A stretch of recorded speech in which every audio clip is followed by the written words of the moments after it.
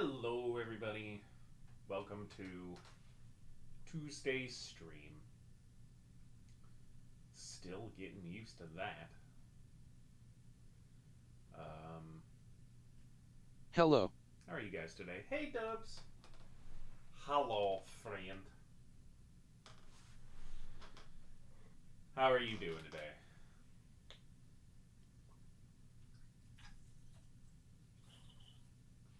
I am doing pretty good. Um, Started the morning off pretty interestingly with I'm okay. good, good. That's great. I started the day. Pull your mic closer, dum-dum. Yep, you're right. I forget like every fucking stream. How are you guys doing today? Um, yeah, day started off with a COVID test. That was fun. It is negative. I'm fine. I was feeling fine anyways, but um, yeah, that was a an interesting start to the day.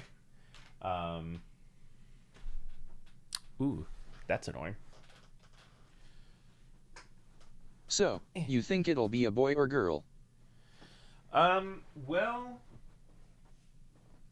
based on what based on what the soothsayer said, if it's a full moon, it'll be a boy. If it's a new moon, it'll be a girl. And if it's any of the phases in between, then well, well, I guess let's just hope it's a full or new moon. Huh? Demon.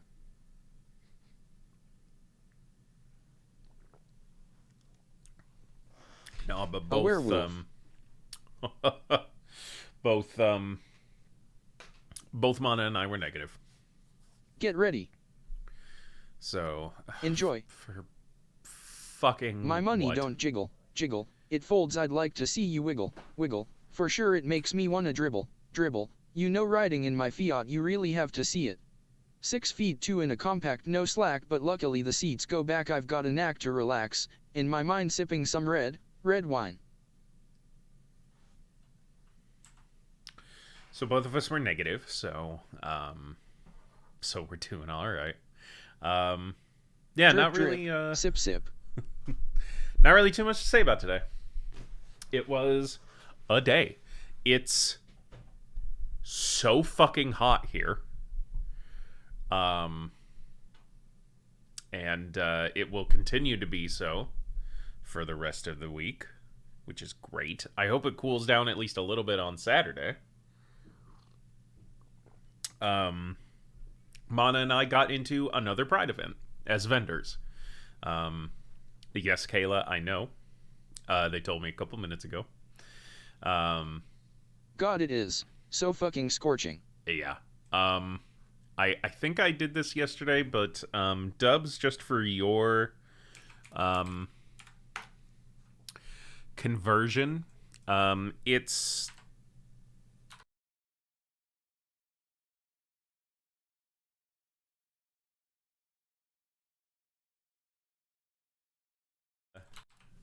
it feels more like 40. For the rest of you, Well, that's stream over. they say it's. Yeah, I'm sorry. I keep forgetting. I keep fucking forgetting every goddamn time. I am so sorry. The weatherman says it's 100. It feels like 105 with the humidity. Um ooh, how about we fix this a little bit? There we go. They say it's 100. It feels like it's 105. AKA for Celsius it feels like it's 38. But it feels more like 40, 41. So that's a lot of fun. Haha, we had 26 degrees.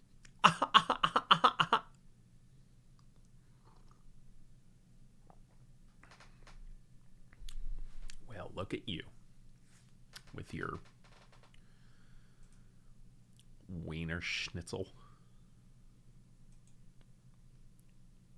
World War III. Damn it, Germany. You can't do that. You can't do that. You can't do that.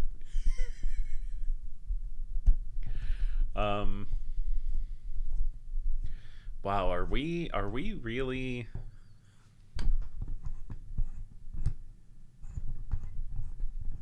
Hey, we had nothing to do with it this time. Emphasis on the this time, huh?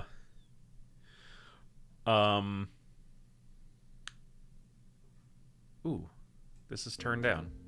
And now what is it? Quit playing with your knob, dude. This is my stream, man. I'll do what I want. If you don't want to see me fiddling with my knob, then there are other streams. But I, of course, appreciate you being here. So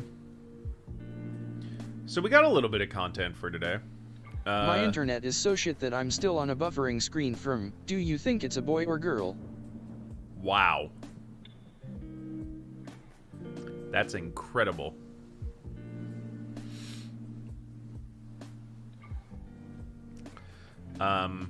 We got a little bit of content to get to today. Get better nets. Better nets. Hey, that would be a pretty decent name for like an internet provider, wouldn't it? You thought you had the best. Well, now get Better Nets. Better Nets provides you with a lifetime supply Wiener of Schnitzel, Cheez-Its. Schweinshaxen, beer, Bratwurst, and much more. We have so damn much good food. I can't. Live out in the middle of nowhere and Starlink doesn't come to us until 2023. Move. What a simple solution. I never thought about that.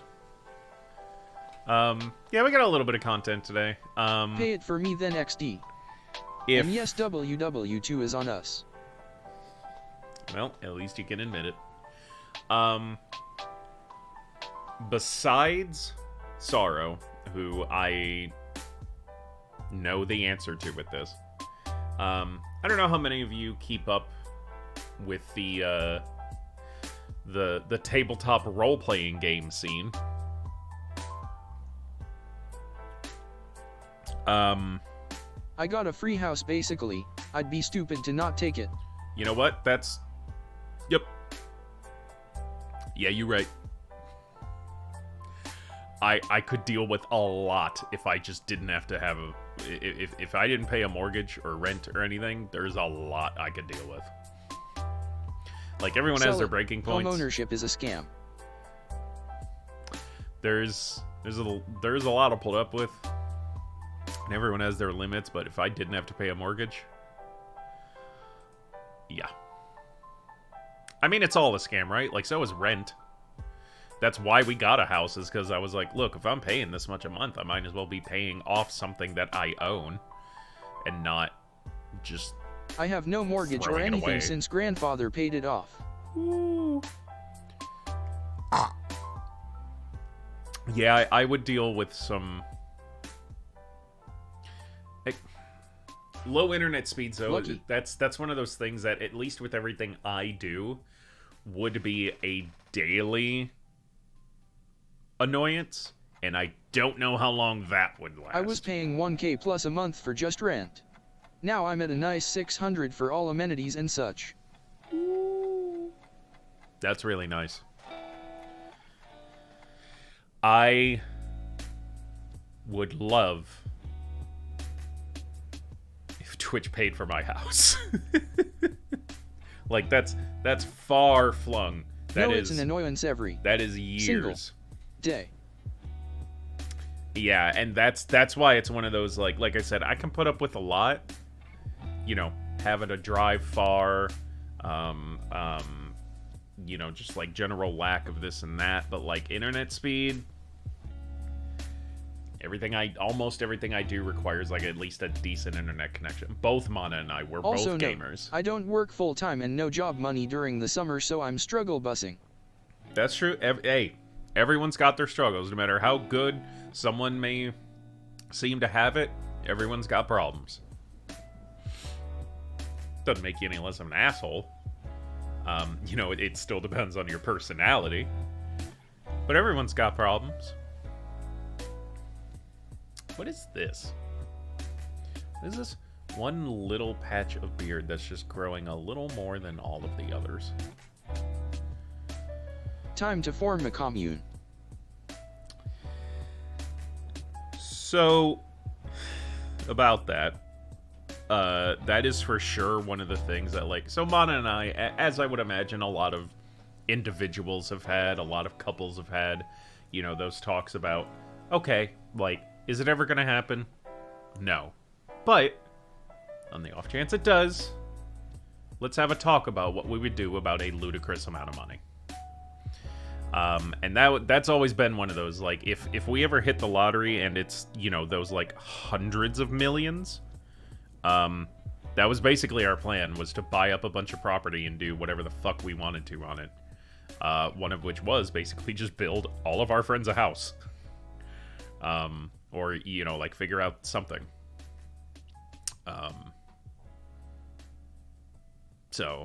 Mostly Same. for LARPing. I had that thought too. Mostly for LARPing.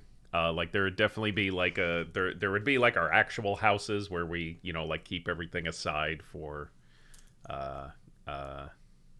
actually living, and being out of the fantasy. But there would definitely be an enormous part of the property that was just a big, awesome LARP.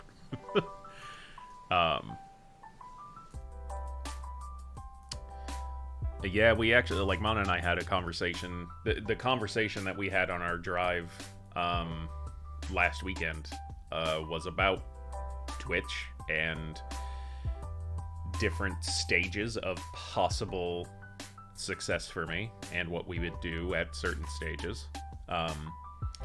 But again, for sure, so the two big money talks we've always had is, like I just said, the big one of, like, what if we made like literally more money than we could ever think of, like hundreds of millions of dollars, what would we do? And we've had that talk. But we've also had the talk of, like, still a ludicrous amount of money, but not like never worry again amount of money. And to me, that's $1 million, because yeah, $1 million would solve a lot of our problems, and we would definitely be able to do a lot with it. But would we be able to do everything with it? No. There's still, like, even, like, especially today, $1 million can go quick. Anyway, I'll just say, like, basically our like, if we got $1 million, and again, like, after taxes or whatever, like, $1 million is basically what we're looking at. That's paying off this house, paying off both our parents' houses, like my parents' house and her parents' house, squaring away any... Anyway, did my jiggle get through? Yes, it did. Yes, it did. If you missed it, you'll be able to check the VOD out once the stream is over, or tomorrow at 10 a.m. on the YouTube channel. You can go subscribe. Yeah, $1 million is paying off this house, paying off our parents' houses, taking care of student debt and all of the other debt that we've accrued by just being a member of our generation in the United States during this time. And new vehicles, and then probably selling this house. Otherwise, I was gonna send it again. No, you're good. You're good. I got it. And then, like, investing. And that's pretty much it. Because, again, that's about as far as $1 million's gonna get you. So, and then, again, like, using that investment to hopefully, never work again. But it's also not just like we don't have to worry about doing anything with it, right? Like, we still have to be careful and watch, make sure things continue to appreciate or at least stay the same so that we're not in any holes. We would probably, still for sure, like, quit work I would still. And so this is the other thing that, like, if anyone ever doubts why I'm doing this, if I got $1 million and didn't have to work, I would be doing more Twitch. I would do more streaming. The only thing keeping me from streaming more often is my job. That's why streams are usually only 2 to 3 hours a day. Is because I have other obligations, but you know, yeah, like overall the thought of just like streaming like most of my day with you guys sounds like a lot of fun. And again, it's easy to say, you know, who knows how long that would actually last, for sure. But it wouldn't be immediate.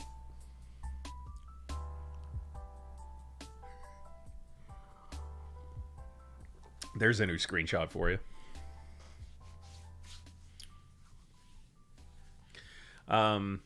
So, drama.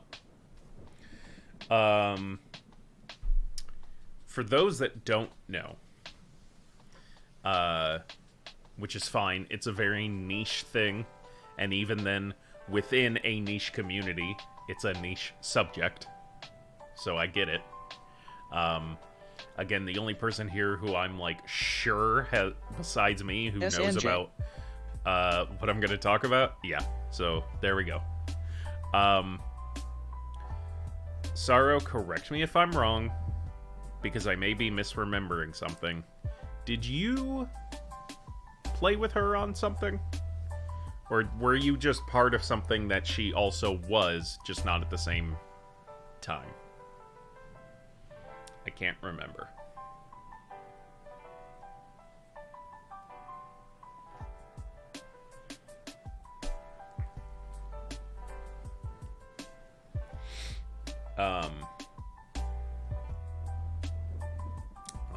I'll wait till I... Not at the same time. I played with B. Dave Walters, okay, which she has done a lot of stuff with. Yeah. Never played with Satin. Okay. Satine. Yeah, so, for those of you that don't know, which is everybody but Sorrow and I, two semi-famous personalities within the tabletop role-playing scene, more specifically D&D, Dungeons & Dragons, got a little exposed recently. And I don't mean physically. In doing my research, it turns out one of these individuals started their career as an adult filmmaker. That has nothing to do with anything. I have zero judgments about that. I don't give a shit. I think I even made a comment on stream the other day that was like, it's crazy to me how the concept that prostitution is still illegal, what actually makes it legal is filming it. I digress. So these two personalities within this very particular scene, Satine Phoenix and Stone Jameson,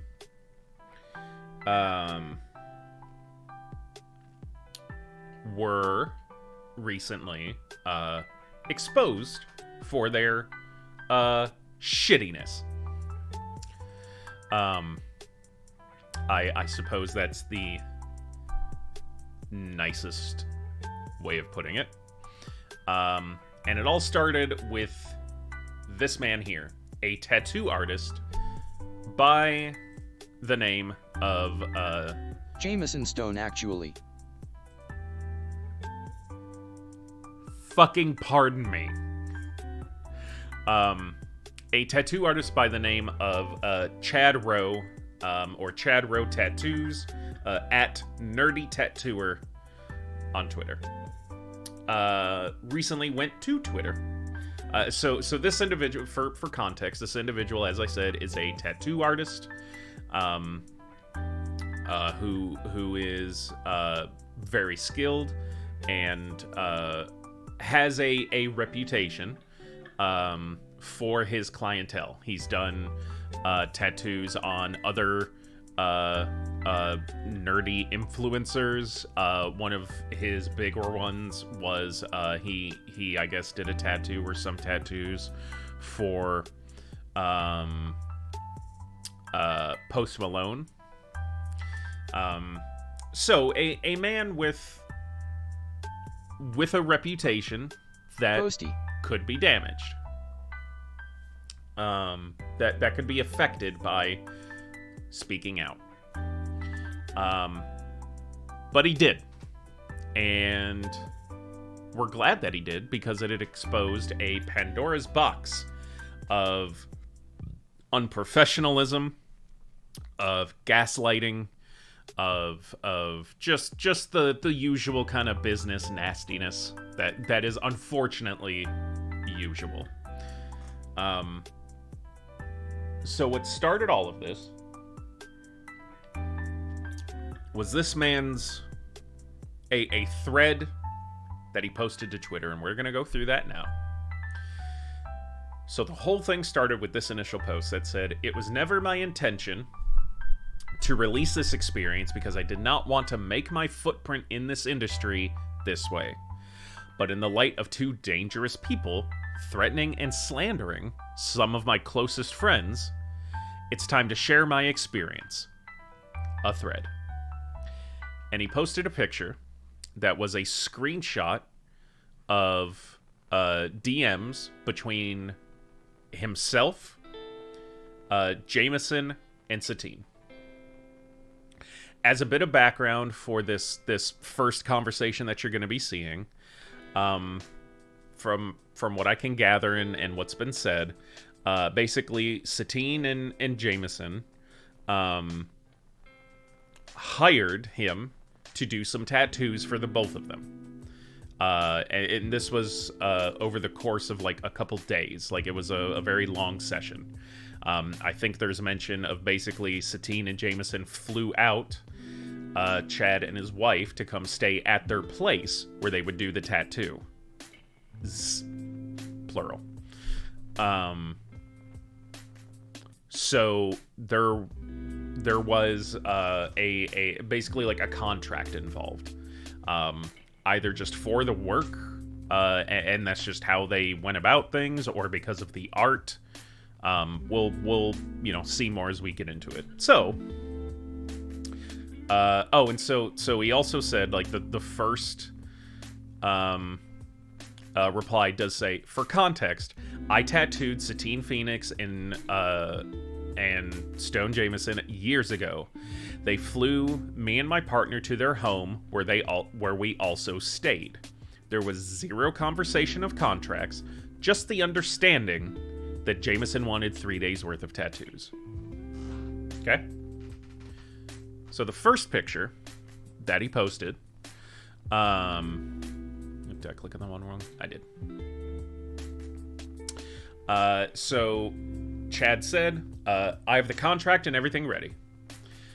Jameson replied, "Awesome. Please email it to their business email." So Jameson and Satine own and operate an RPG publishing company called Apotheosis Studios.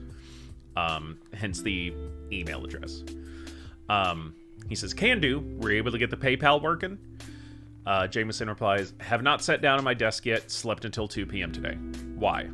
"Oh, okay. Because once it's sent, I'm just putting in the paperwork that was the price of the royalties. I did the same thing with Post," referring to Post Malone, "as considered, quote, lump sum payment." Jameson said, "It's $800 a day times 3 days, minus the tickets. Correct. The ticket prices was in the email I sent. You have all the info you need for the contract, correct?" Is the next picture the direct? Oh, okay, it's 4 pictures actually. Apologies. All right, so next one he says, "Yes, sir. And yep, it basically states all royalty agreements, as well as securing the art in specific size, placement, and orientation for the entire tattoo design. I'll be attaching the receipt of the PayPal to the contract as well for the confirmation. So that initial conversation was... Sorry, let me look at the dates. So it's same. So these initial messages were on December 8th of 2020 at what appeared to be around 6:40 p.m. Same day, about an hour later, he says, "Sent away. Let me know if it looks good to you, and I'll sign it for you as well." And Jameson said, "I'll take a look now. So let me know if you need any changes or rewording." Now, Jameson's reply, and I do want to say, like, again, I haven't worked in this industry. I only have one tattoo. Contracts are not a normal thing, really, for tattoo artists. Again, maybe it's different at this level, at this scale. I don't know. I would have no fucking clue. But generally speaking, it isn't normal. And along with that, as you'll see, Chad mentions many times, he isn't a lawyer. He doesn't do legal contracts. The contract that he sent him was something that he made for a different client that they were just kind of adapting for this new one so that there didn't have to be an entirely new write-up. Jameson's reply after looking at the contract says, "The contract is wildly incorrect in terms of original ownership of the symbols and images my team and I created and asked you to inscribe on my body." They wanted to make sure he wouldn't tattoo the same designs on someone else. That's why the contract. Okay, which, fair. So I am an artist, I'm an illustrator, so I understand protecting your original work as well. Okay. I created and asked you to inscribe on my body. You did not create them and have no ownership rights over them at all. They are pre-existing and copyrighted both in written and digital form in print media. We have to go to the next picture. They are pre-existing and copyrighted both in written and digital form in print media. This contract is a gross misrepresentation of the situation and agreement which you and I have entered into. I will rewrite the contract for you. But hear me when I say this. I am very disappointed about your lack of professionalism, Chad. And of course, Chad comes back and he's like, "Buddy, I didn't write it. It was one that was already comprised. You asked me to reuse one that was created. I'm happy for you to make changes that'll make you happier, though confused how it's unprofessional." So again, obviously we don't have those initial statements, as far as I know. But basically what it seems like the situation was, these two went to Chad for tattoos, again, because they, as Chad says below, this is not the first time they've entered in an agreement for him to tattoo them, right? The only they basically, what I see the situation happening is... "I'm disappointed in your lack of trust, General," or something like that. Yeah. It's... They went to him, they wanted more tattoos, but they were like, "Hey, this time we need a contract saying that you don't own the artwork, it's our artwork, and that you won't tattoo them on somebody else." And he's like, "Fine, I don't have a contract for that, but I used something similar when I tattooed Post Malone." And it sounds like Jameson was just like, "Yeah, that sounds fine, we'll use that one, and we'll just reword a couple things so that it's situated for us." That was the agreement. That's what Chad sent them, and then Jameson comes back with this fucking gaslighting and is like, "Bro, what is this fucking shit? That has nothing to do with us. Like, I'm really disappointed in your lack of professionalism." And Chad's like, "I did exactly what you told me to do." Jameson continues. "The contract you sent me does not represent our situation remotely. And you need, as a professional, or if you wish to be respected as such, to be able to navigate the different types of relationships you have with your clients as it pertains to the work you do for them. Had I known this was the kind of contract you and Post had, again, I need to go to the next picture to see the full text. Had I known this was the kind of contract you and Post had, I would never have asked for it. The way you represented the contract verbally did not indicate in the slightest that this was the nature of the contract as it pertains to royalties and ownership. And if you do not know the difference between these contracts, then you are not yet educated in professional contractual relationships, aka have a lack of professionalism. Truth only hurts if you let your ego get in the way. I will write a new contract and sign it. If the terms are agreeable to you, wonderful. If not, we will explore other options for how to move forward. Bro, how can you, in the same breath, tell someone that they have a lack of professionalism and to not let their ego get in the way, and the next fucking thing you say is, don't worry, I'll do it for you? Are you... Such a gaslighter. Are you tugging both my nuts? Like, it's so... And exactly, like, that's all it is, right? And even through... Bro, I cannot... If someone... Again, possible future with Twitch, right? I get a little bigger, a sponsorship comes in. I don't care if it's someone at... Well, I may. I'll be honest, when money's involved, it's so easy to say, but you never know. But if some rep for a company came at me with this fucking language, when I very clearly told them I didn't have experience in what I was doing, and I'm kind of relying on them for some help, and they come at me with this fucking attitude, like, I'm not gonna say I would walk immediately, but I would for sure be like, hey, can I either talk to someone else or something? Because I'm letting you know you're being super unprofessional right now, and I am not enjoying how I'm being treated right now with this utter lack of respect. Regardless of how he's been treated, Chad continues very positively, and after being talked to in that manner, just says, okay, you're definitely right on the term that I haven't been educated in these types of contractual agreements. It's a very new realm for me to work within one side of legal paperwork. Feel free to make one you're comfortable with. I don't see it being a big problem.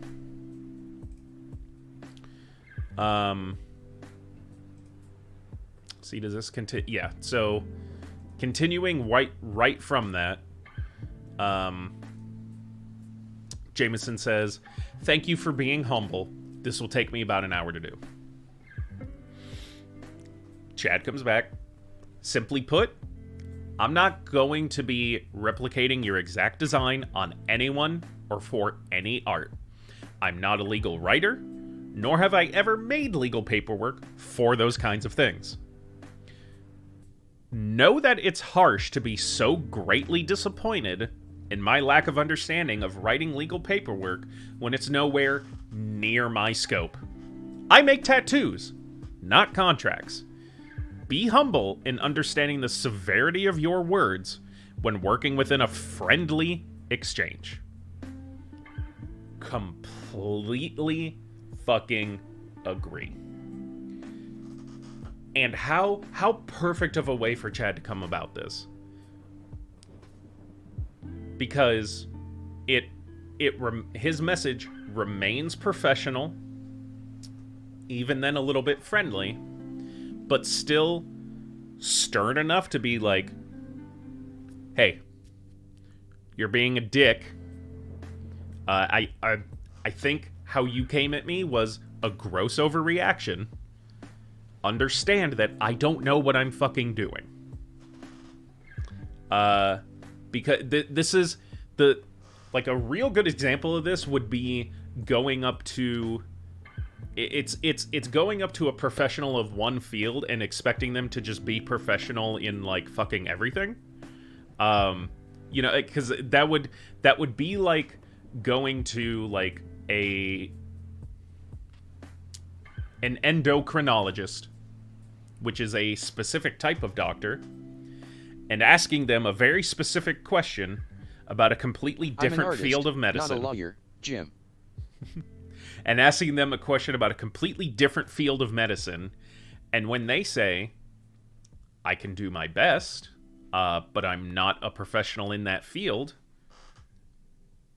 here's the best I could do with my knowledge. And then coming back with like, dude, you're so fucking unprofessional. This is not at all how that medical professional would have done it. It's like, I know that. That's not what I do. You know, that's asking a heart surgeon to write up a report on how to do brain surgery and then being pissed off that it wasn't correct. Like, it's like, yeah, they may have some general, like, knowledge, but not, like, a trained fucking professional. Like, that's what, like, any legal contract should, as I would imagine two professionals in the writing industry would know, you get someone to fucking do it for you. Like, when you're doing big legal contracts, you get a fucking lawyer and a notary to look over that shit. So anyways, here comes more gaslighting and basically redirection of blame. So here we are with Chad still being very respectful, but stern in saying, you came at me too harshly.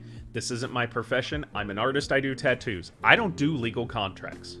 So I don't know how to do them correctly. You need to back up a little bit. Jamie's response is, this is business, Chad. You've performed services for payment. You ask for money, and not a small amount. I am treating you in a professional manner as a contractor, which you are in this capacity. Am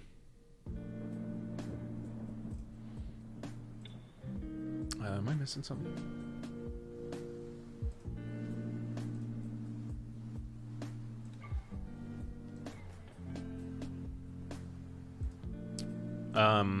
Okay, so he goes on to say, if you wish to be seen as a professional and charge professional rates, you need to learn to understand the realm in which you operate and be prepared. I don't know if something's missing. Oh, okay. They were just a little out of order. If you wish to be seen as a professional and charge professional rates, you need to learn and understand the realm in which you operate and be prepared for your clients to be disappointed in you when your lack of skills / experience / understanding let them down. Calm the fuck down, bro. It's a contract. He very clearly wasn't trying to, like, trip you up on anything. Literally explained, hey, I'm sorry for that being, like, a messy contract. I've never done this shit before. Like, I'm sorry. Like, clearly these contracts are not a normal part of his profession. Just because they're, like, part of yours doesn't make it the same for fucking all of them. This, again, as an example, in my line of work and basically almost all of healthcare in the United States, we have to sign into a contract called HIPAA, HIPAA. That basically means that we will not give out personal patient information to anybody. It's that doctor-patient confidentiality sort of thing. Basically saying that, like, a doctor or, like, a nurse or me will not go around telling people your personal medical history, diagnoses, things like that. That would be like a a healthcare professional expecting everybody to know about HIPAA, to understand what it is, to understand what it means, and, like, to have signed it. Yet still, after all of this sort of treatment, Chad still takes the higher road, and after all of that just goes, understandable, man. No worries. I'm happy to sign things that match our exchange that's best for you and your team. Then,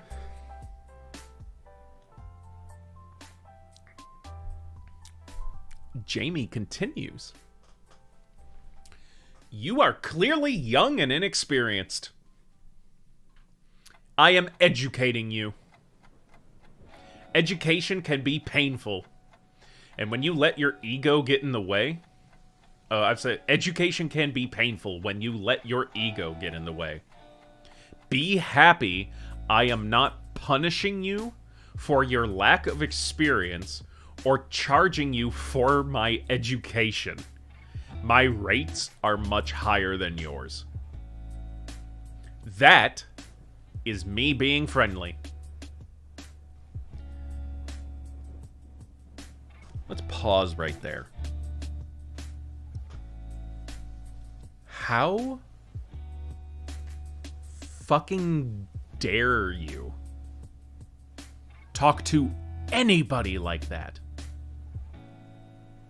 If this man is willing to speak this way in a conversation that, one, has another person in it, and two, is supposed to be, in his continued opinion, a professional exchange. An educator doesn't even talk to people like that. Yeah. You're going to talk to someone who's going to be tattooing your fucking body permanently? That they're lucky to be near you, to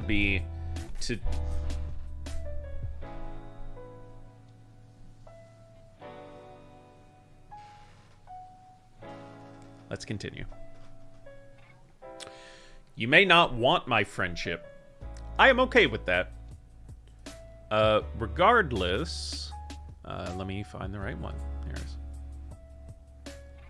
Regardless of what you want, I am going to protect my company, myself, and my family from your lack of experience and unprofessionalism. I can do this while still being your friend. This is called healthy boundaries, something you are still learning. If I remember our conversation in my living room correctly, which I am, I'm going to finish writing this contract now and send it back to you via email. I will PM you here when it's completed. Once contract is signed, I will PayPal you the money you asked for.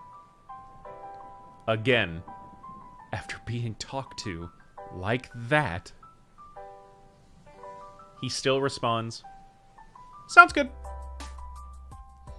Obviously, some time goes by. Jameson says there will be two contracts. There will be two contracts, actually. A confidential agreement and payment agreement. Both are short.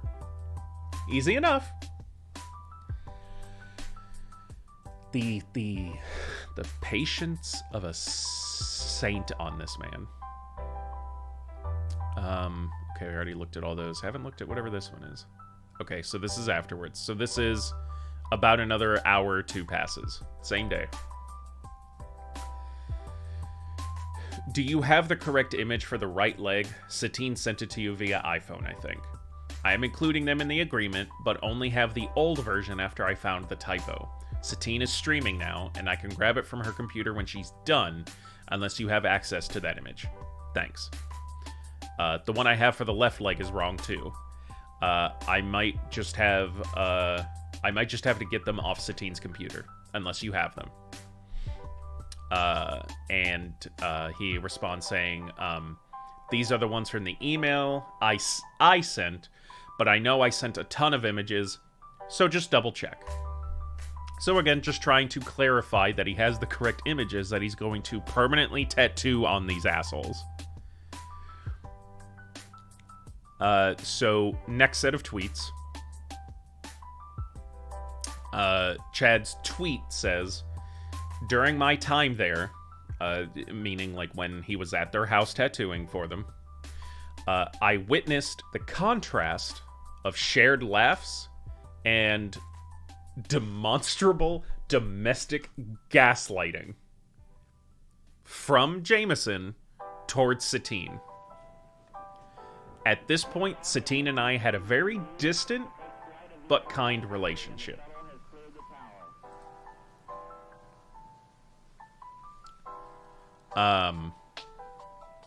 So still in regards to the image situation before, Jameson just says, "Thank you, sorry."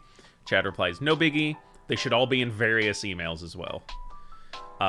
He just says, "Yeah, those aren't them either. I'll just have to wait for Satine to be done. It will be a few hours." Okay. Other than that, the contract is done. I'll email it to you with the updated image. You can sign it tonight if you want, or just wait until tomorrow. Thanks. Sounds good. Thumbs up. Chad just says, "I'll sign it in the images. I'll sign it and the images you can update it for you if you'd like. It's more so for your end than for mine anyways."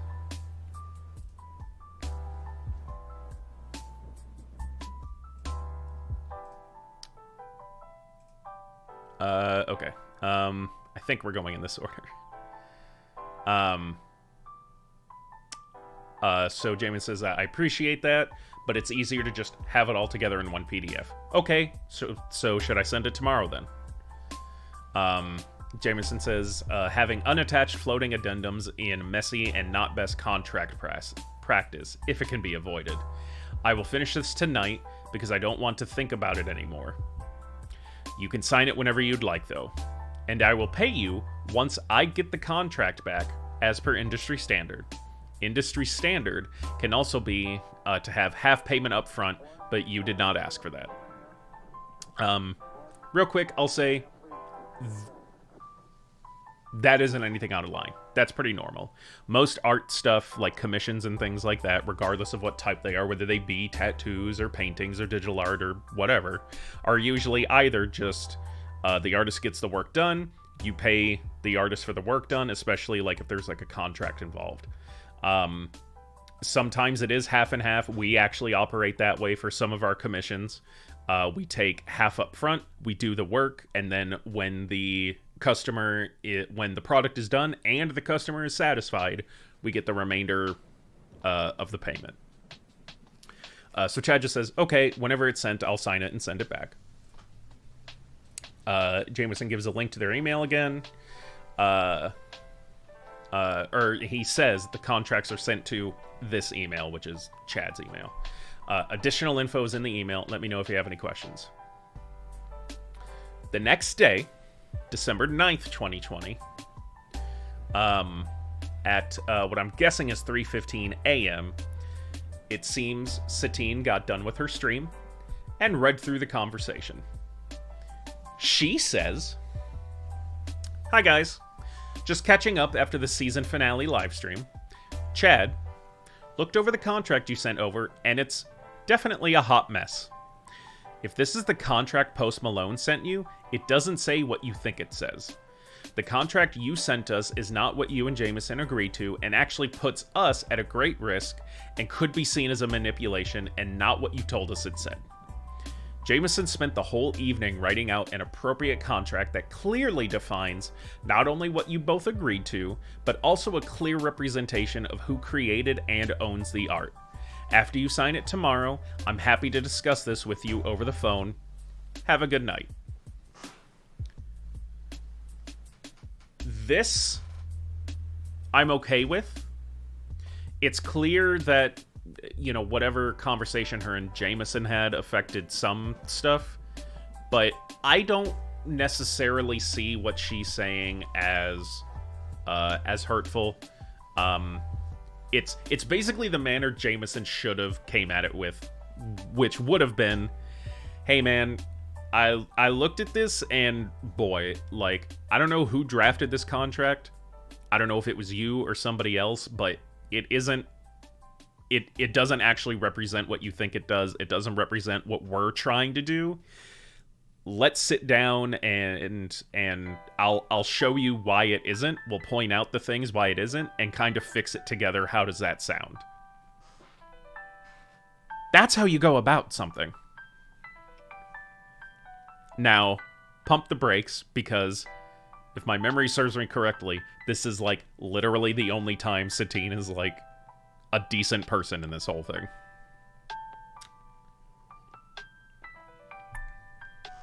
So Satine sends that message. Which one are we on? Okay, so Satine sends that message. Let's see, the time is in this one. About 6 hours later, so I'm guessing when he actually woke up, Chad sends back, I signed and sent it back. Look, I'm sorry if the way I described my contract with Post didn't translate the same on paper to you guys, but it does seem like these were two totally different scenarios, and the art is being used in very different ways. I was asked to send what I've signed before, so I did. Then was chastised for its being incorrect for our scenario. If the contract was something that was so important to you and your company, I feel it would have been handled beforehand. I'm happy to discuss it tonight, so that the table is cleared off from any misconceptions, though. Yeah. If this contract... So, two major things from this sentence. One, I agree with him in saying, if the contract was such a damn important thing, you guys should have came up with it anyways. If you were the ones wanting it, and you wanted it to have specific language, you should have done it anyways, and then given me the contract.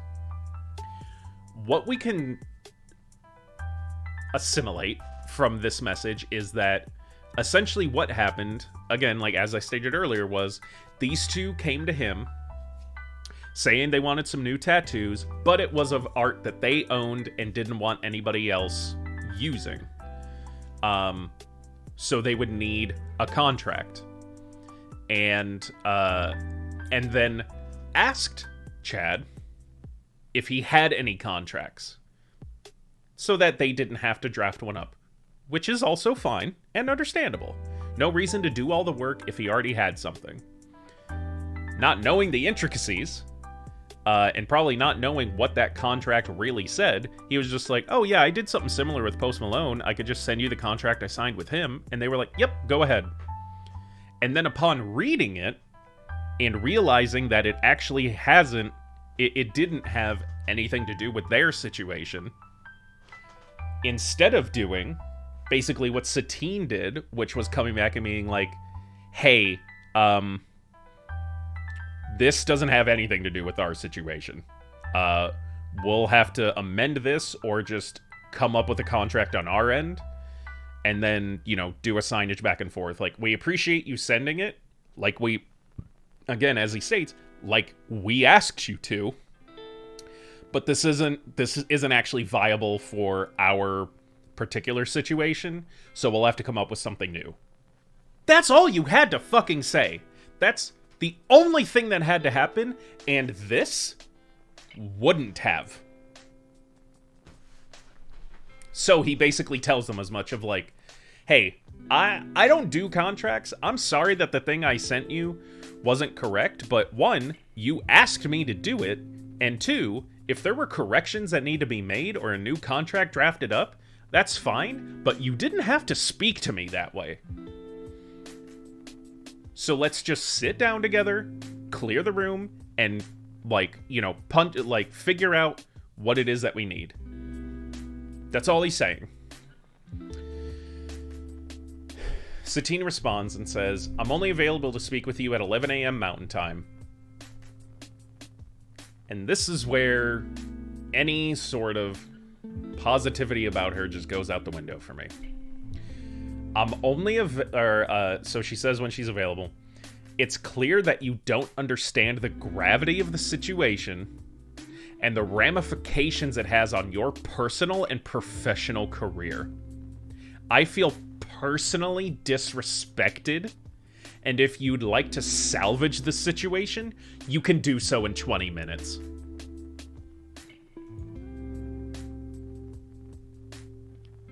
Calm the fuck down. I don't know how many times I have to say this. It's a contract, and it wasn't even the one that he was expecting you to sign.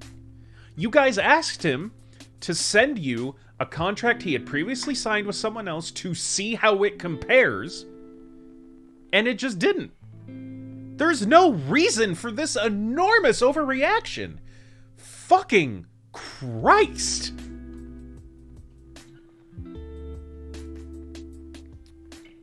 So we'll continue on to the next set of screenshots.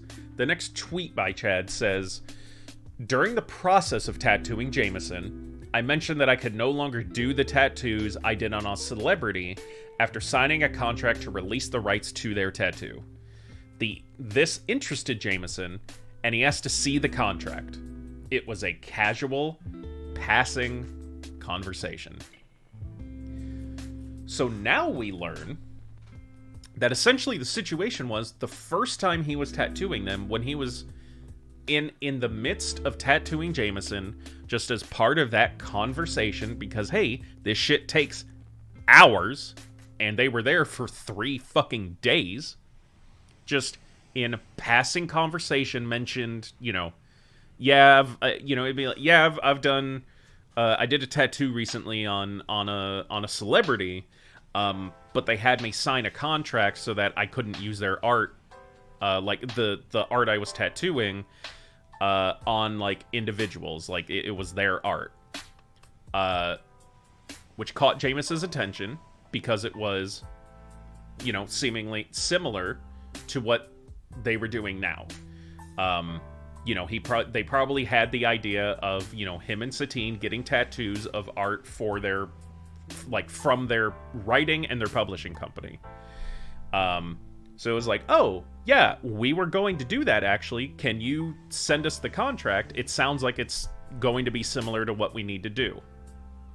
Again, that's fucking it.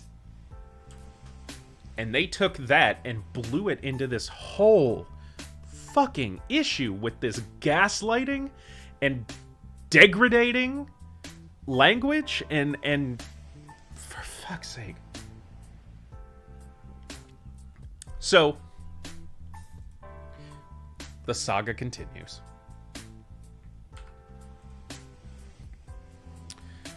So next set of tweets. So Satine just got through her fucking bullshit. And so Chad comes back and says, well, I also feel... Fine, but it should have been discussed beforehand anyways, if they wanted the art to be copyrighted. Exactly. So Chad comes back and says, I also feel really disrespected. There could easily be a lack of communication barrier that is making the situation bigger than necessary, but I'll call in 20, and hopefully we can balance this out. So that was at 12:40 p.m. Then at 1 o'clock, which was the 20 minutes later, he says, I'm ready to talk when you guys are. I have a break between appointments. Also, when I say, quote, lack of communication barrier, I simply mean text and over the internet. Because, yes, we can all agree a lot can get misconstrued in text because there's no way to convey tone and the subtlety of interpersonal communication. Things happen, sometimes it's fine. That's why it's easier to like, when it seems like something's getting misconstrued, either, get on a voice call, a video call, something like that. So clearly they have that conversation because it's the same day, but about an hour and a half later, Jameson sends a message saying, check your email, Chad. There are no words which can adequately describe my disappointment. And once again, Chad, being the bigger man, just comes back and says, Okay. Once I go on break, I'll resend it in a full PDF format for you. Thumbs up from Jameson.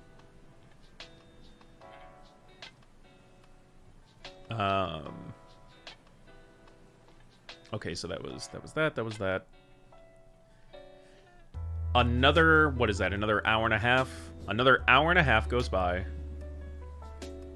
And Chad says, sent it in PDF and signed. Let me know if there's anything else that's needed.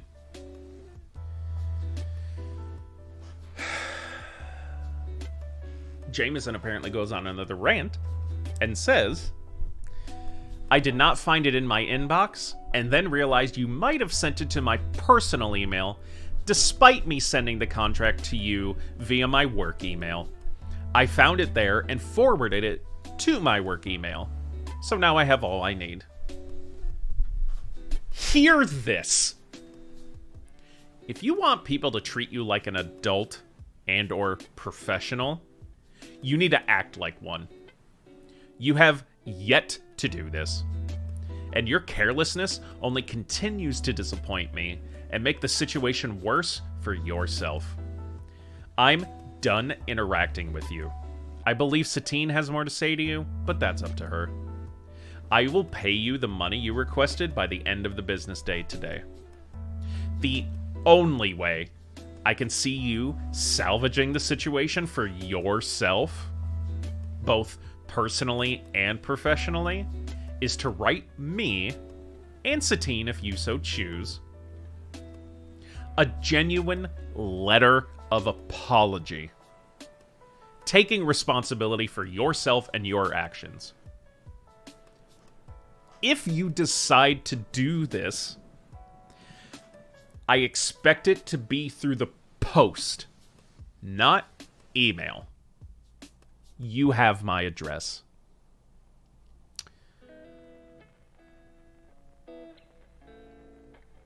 Another hour and a half goes by, and Jameson says, you have been paid. I sent you a copy of the receipt.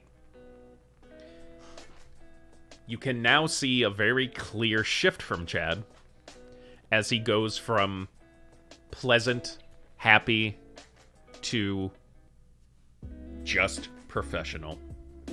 No more exclamation marks, no more emojis, periods, short sentences. He says, thank you for your payment. It was received. I have a lot to learn and much to think about. I wish everything positive for all aspects of your many journeys. Basically, the most professional way you can say, fuck off. Fuck off. Thumbs up from Jameson.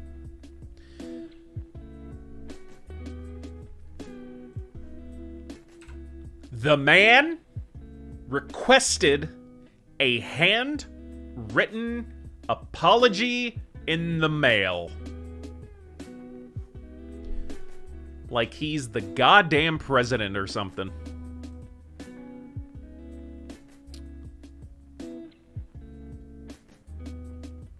Chad continues his story. So that's all the screenshots. That was their interaction about these supposed tattoos.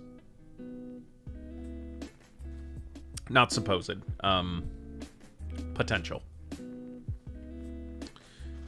Chad continues the Twitter and says, after finishing 3 days of tattooing, we agreed to do my old day rate and deduct the price of the plane tickets. It wasn't until I got back home and asked about the payment that I hadn't received that the contract was brought up again. When I realized it was a deciding factor for payment, I simply changed the existing contract to include mine and Jameson's information. When I sent it, I was insulted, berated, and talked down to as if I was a lesser person. He says this is a video of that conversation, but as far as I'm aware, that has not, like, it's obviously not here, and I haven't seen it. I haven't seen it pop up. He says, afterward, I had a 20-minute phone call with Satine Phoenix where I was told not to speak and that I was unprofessional for even presenting them such a contract that I had never been discussed, or that had never been discussed before. When I finally had my chance to speak, I was told not to call back. Some time went by, and I did something that was disingenuous, but felt necessary at the time. I apologized. I was afraid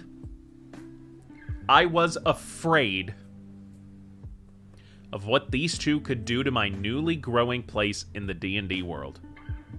So I swallowed my pride and apologized with no idea what I was apologizing for. I never spoke to anyone in the industry about this, letting it slide as a learning lesson. It wasn't until we were at another convention and people saw us together that I was pulled aside by multiple separate people warning me that they are dangerous company to keep.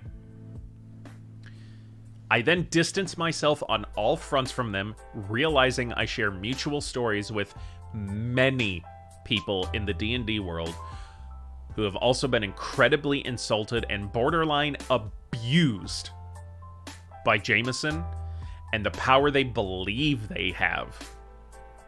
It's time for this to stop.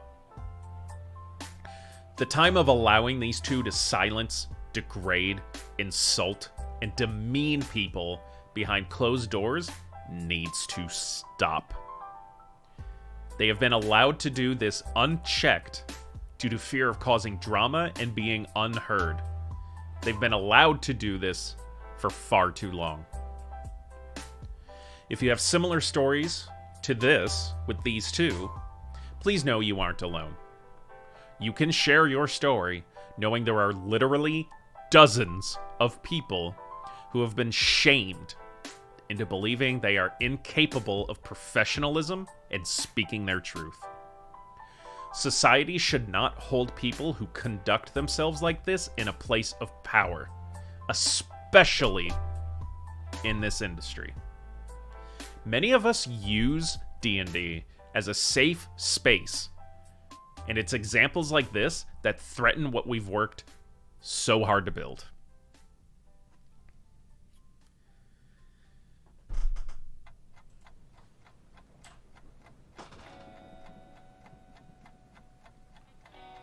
So that's what started everything. And boy, did support come forward. So many people coming forward and saying, "Oh, thank God someone said something." Yeah. I can finally feel comfortable speaking about this out loud. https://www.studleystone.com is a list of all the stories going on about them. Gotcha. I do have an article pulled up. I think it's by like comicbooks.com or something like that. One of the ones that usually runs articles on the nerdier side of things. Also had your VIP. Never mind. I was like, how did you post a link in chat? I have those turned off. You're a VIP. It gets around that. I don't have an issue with it. It's fine. Anyone I VIP, I know like you guys aren't gonna spam shit in chat.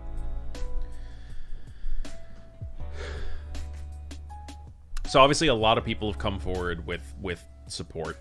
One of the big ones for me personally, if any of you guys out there, anybody watching, follows Critical Role, you'll know who Brian Foster is. He used to be part of Critical Role's production, the host of the after show Talks Machina. Was a character on their channel for a while, but he now does his own thing, also on Twitch, by the way. I'm not going to go into his stuff, but basically he was one of the bigger proponents to like come forward and be like, yeah, absolutely, they're fucking disgusting, they're shameful, And we are like, he said, I cannot understand attacking such a kind and gentle soul, yet your responses show your character. So let's real quick take a look at some of the other people who have come forward saying that they've been affected by them, and by the way, with their proof. So comicbook.com, they publish a lot of articles and everything surrounding news and things going on in the, generally speaking, nerd environment, comic books, movies, TV, games, all that sort of stuff.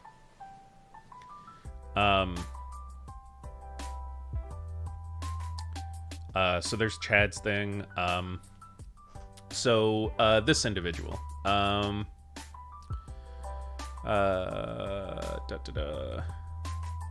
in addition, similar accusations of bullying and poor treatment, several collaborators also noted that Stone placed them on a public, quote, blacklist after they were instructed to send invoices for work done on a book. The account of Jessica Markram, a notable tabletop designer, said the following. So she came forward with her own tweet saying, Chad's not the only one. Jameson gaslit and bullied us on Sirens, Battle of the Bards, for asking to be paid after we were told to invoice by one of the other project leads, a man named Rick Hines. We eventually were paid, but most of us less than what we were initially invoiced for. But it's done. And so she has some proof of her own. A Discord conversation. So again, this person is Jessica Markram. And this is a, you could see the name of the channel is like a writer's room. So it's not just like, it's not just Jessica, Satine, and Jameson. This is like basically Satine and Jameson as like the creative part of their thing, Apotheosis, and then the writers that they've hired contractually. Jessica asks, any word on when we can expect payment on our invoices? Satine says, that's a good question. Thank you. Please tag Jameson with these kinds of questions so we can make sure to see them. Again, whatever. Okay. Jameson says, once final draft of the book is complete and getting set to layout, we will begin paying invoices. Right now, we are still receiving writing from our other writers, and instead of paying in batches, we'll pay it all at once. I assume this will be all done by the end of December. We will keep everybody posted. So again, initially, without knowing any much more, it's like, okay, I understand it from a business standpoint, whatever. Jessica says, considering we expected to be wrapped with this project by the end of summer, that's disappointing to say the least. So with that context, we can. So he said, we'll assume everything will be done and you'll be paid by the end of December. If they're saying that it was projected, that they expected to be done by the end of summer, so let's say August, September. And now you're finding out you're not going to get paid for another 4 months? Yeah, I too would be like, okay, thought it was going to be the end of summer, now it's going to be the end of the year? That's disappointing. And so another writer who's in here said, I did assume that the 30 days indicated in the contract would be 30 days from the invoice.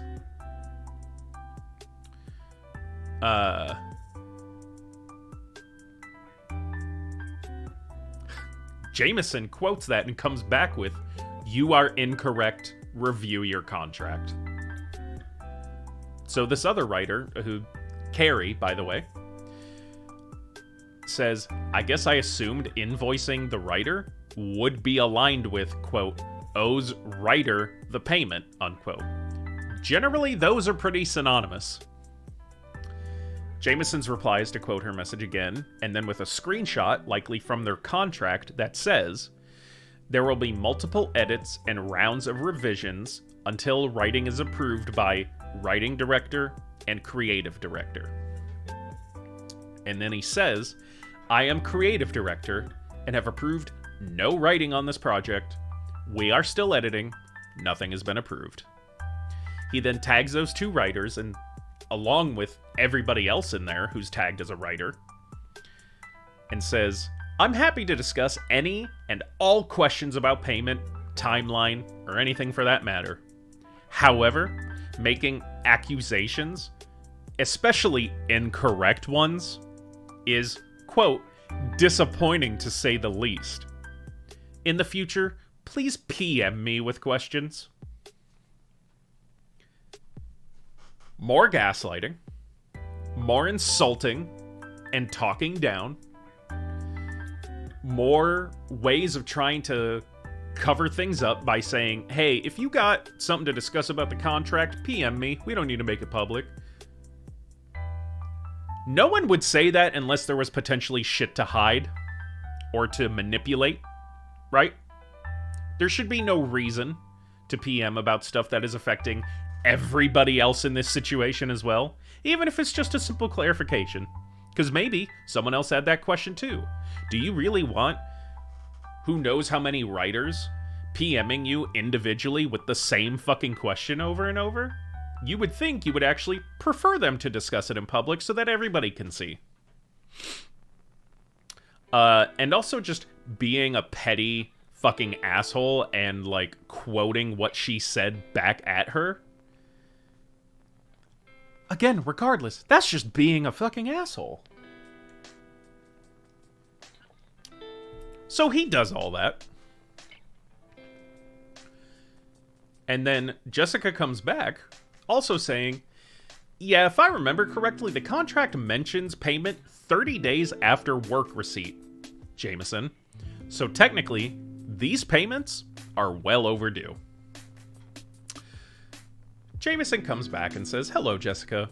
Sorry you are disappointed, to say the least. You have written 2 items so far. The Rebellion, which has not gone through final edits, and Chapter 7, which has not even gone through dev edits. Once these 2 things are completed, they will have then been approved. Until they are approved, they will not be paid. Additionally, word count has not been finalized. We are doing final edits now. And Jesus fucking Christ, what? I've got a really sweet story to tell you. Oh, okay. Would you like? Yeah. Okay. I mean, it's something I can share with chat. So my mom ordered me clothing from Lane Bryant. And no, but they can. I know. What chat was seeing was this. Ah, yeah. Now they're seeing this. That's fair. Okay, I was just making sure. But my mom ordered me like some tops and stuff and like just t-shirts, but not like super dressy t-shirts and stuff. And so she went to the store to pick them up, so I went over there and met her. I wore my mask. And while I was there, she asked me, because she knows, you know, we're going to Pride again. She's like, do you have anything to wear at Pride, or do you have like your outfit picked out? I was like, no, not really. I haven't really given it much thought. She's like, well, come over here. And I was like, oh, okay. She took me over to the Pride table, like where all their Pride stuff is. Yeah. And like, I can't show everything that she bought. But I can show this. And I tried it on, and it fits. Oh, that's super cool. Yeah, yeah. Show it to chat. Well, this is gonna be funny because one of the lines is gonna be chroma keyed out, but. Oh yeah. Oh no. Oh no, it didn't. That's funny. Yeah. So, my mom bought me that so I had something to wear at Pride. That's really cool. Yeah. I'm really stupid wearing a green shirt. Yeah. It, again, thankfully isn't. It's dark enough. Yeah, well, and the lighting and everything, but yeah, I didn't even think twice about wearing a green shirt on a green screen. The thing that made me almost Right? tear up in the store was my mom's like, because I told her, I was like, oh, well, I was just gonna, like, maybe wear one of my like, rainbow tie-dye shirts I'd done. And she's like, no, you should wear something like this, because so people can know you're, like, proud to be part of the community. And I was like, That is actually a lot for her. yeah! Like, we're still working on the pronouns, and that's whatever. And if that just never happens, I'll deal with it. But, like, No, for the her, fact that she dropped money on Pride merch for me to, like... the fact that she bought Pride merch and also essentially accepted the fact that you are part of the community is The LGBT. is big. Yeah, like, that's And I'm really very happy huge. for you. And she's like, I hope you guys do really well. Also, my mom says, hi, Kayla. I don't know if Kayla's in there. I have no idea. She was earlier for like a second, but she's also got really shit internet where she lives. So Yeah, I know. she may have just before. dropped out. But yeah, like, I just told her, like, Kayla's gonna be coming down and stuff, and she's like, oh, well, tell her I say hi, and, like, I hope you guys have a good Pride. Well, that's awesome. Also, I found out there is another size of the Cyndaquil plush. No, I'm getting it. we'll see. I'm getting it. We'll see. I'm getting it. They also had a Cubone plushie, like, big, like, huggy plushie. That's really cute. My willpower and bank account said no. Can you hit the light, by the way, just to turn the fan on?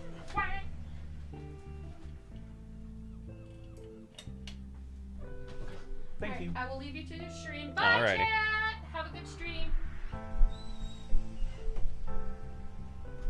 Well, that was nice. Yeah, like, legit, her mom doing that stuff does mean a lot. Anyway.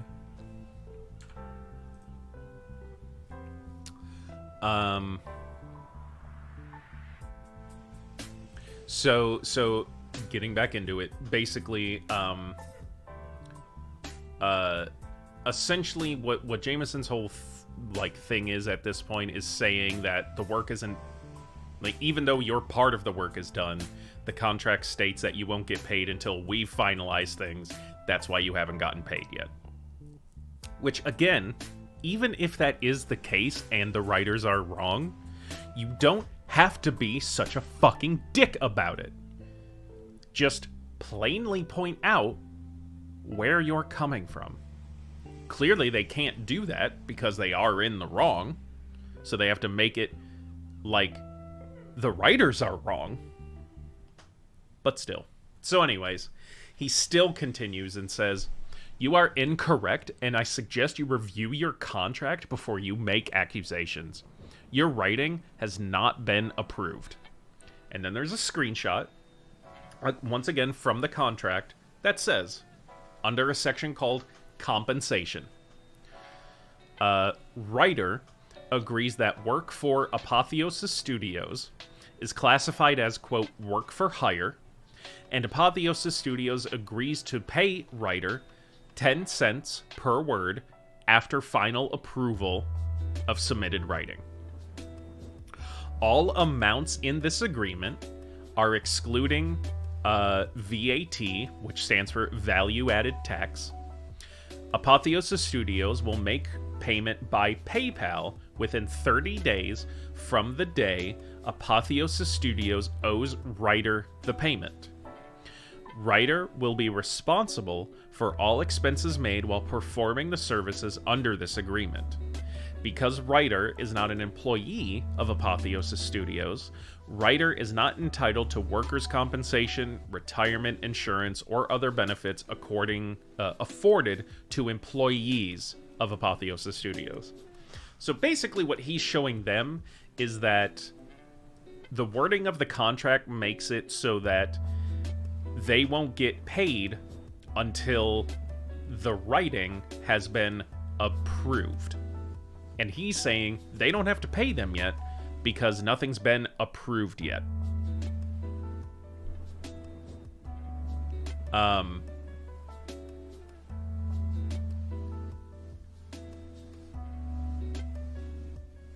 So he then, once again, fucking doubles down, quotes ats everybody, and says,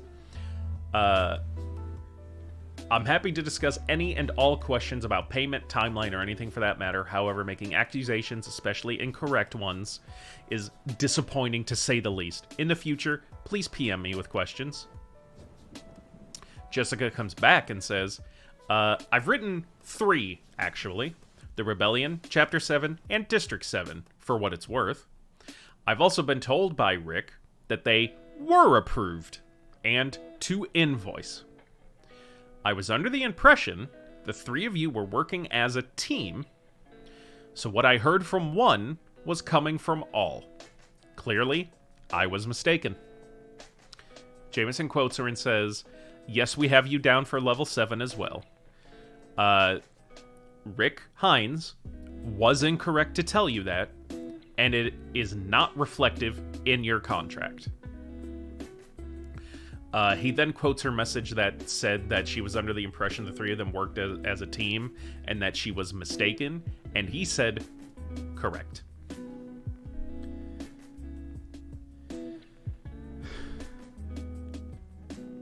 So whether you... Here's the thing about this. Like I kind of already said. Sorry. Here's more. Immediately... So, all of that in Discord happened. Jessica says, immediately following this conversation, Cage and I, who I'm guessing was like one of the other writers... Cage and I were put on a blacklist available for the entire team to see. It's at the bottom of the writing tracker. Jameson spelled my name wrong, so maybe I'll get hired again someday. Wow. Yeah. It's right there. Blacklist due to behavior. Jessica Mulcrum and Cage. Weak writing. Do not hire.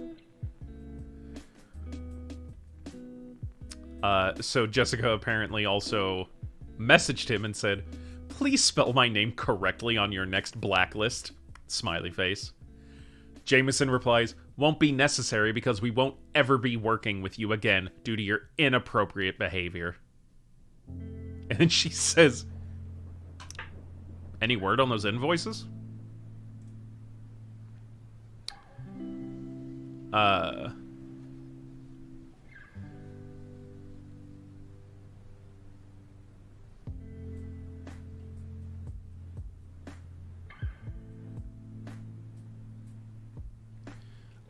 And then she apparently posted something from one of their Kickstarters that the original poster said, from the tiniest bit of digging, he also threw all of the writers under the bus as the reason things were taking a long time. So this is from the Kickstarter for one of those projects that was mentioned.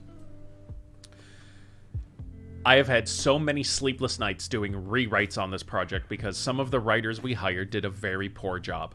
But instead of putting out a subpar product, I have personally gone through and rewrote huge sections of the book myself to ensure you get something which is truly outstanding. Sadly, those rewrites have taken a lot of extra time.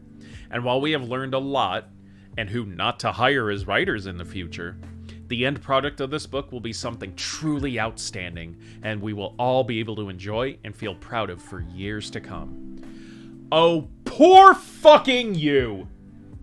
Having to do your goddamn job. Fuck you.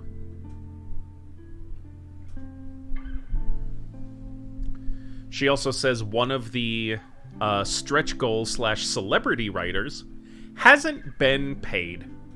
And again, this is only going back to last week. That was posted on June 9th. Today's the 14th. It's only 5 days ago. And that original person said, I'm not dodging anything. I support Nerdy Tattooer, who's Chad, and the creatives who have come forward. I've also not been paid for writing on Sirens. I backed out of Satine's quest and have my own personal attacks by him that I've tried to put behind me until all this came to my attention yesterday. Um,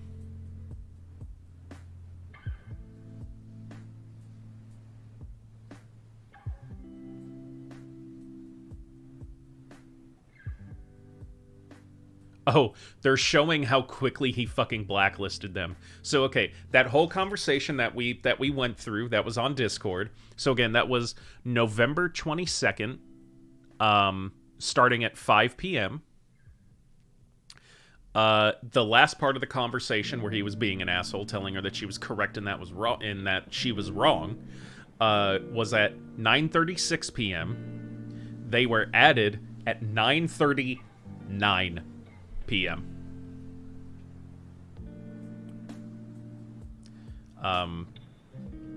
So that's one person. That's one other person who has come forward. This article from comicbook.com continues and says, Elisa Teague, a longtime tabletop designer who attended Phoenix and Stone's public wedding ceremony at GaryCon. Also, real quick, I get it. I get the prospect of having like a wedding at like a tabletop convention. Like, okay, is like pretty cool. But also how clearly that speaks to these two's personalities, where their wedding had to be a public fucking event at a convention. That like it